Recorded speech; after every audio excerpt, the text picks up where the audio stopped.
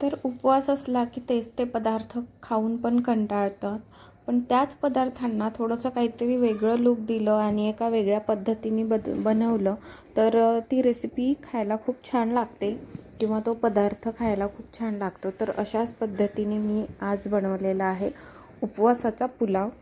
आणि उपवासाचा पुलाव हा म्हणजे पोटभर आणि एकदम पौष्टिक असणार आहे।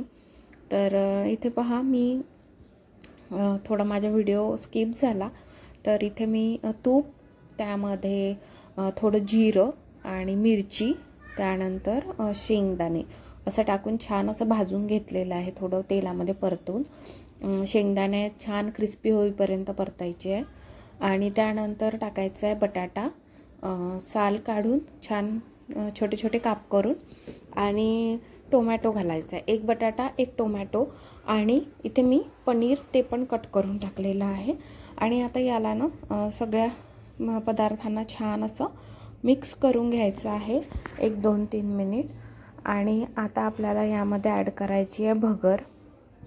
तर इथे पहा 1 वाटी भगर घेतली होती मी, आणि 1 वाटी भगरीला 2 वाटी पाणी टाकायचं आहे, जेणेकरून जास्त आपल्याला एकदम आसट पण भगर होणार नाही आणि एकदम मोकळी पण होणार नाही, अगदी पुलावसारखी छान अशी मऊ अशी आपल्याला हवी आहे।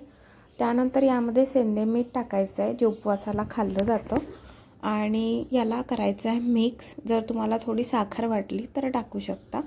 आणि आता कुकर लावून द्यायचा आहे आणि बस 2 शिट्ट्या होऊ द्यायच्या। 2 शिट्ट्या झाल्या की इथे पहा आपला उपवासाचा जो पुलाव आहे तो एकदम रेडी आहे। अगदी झटपट होणारी रेसिपी आहे।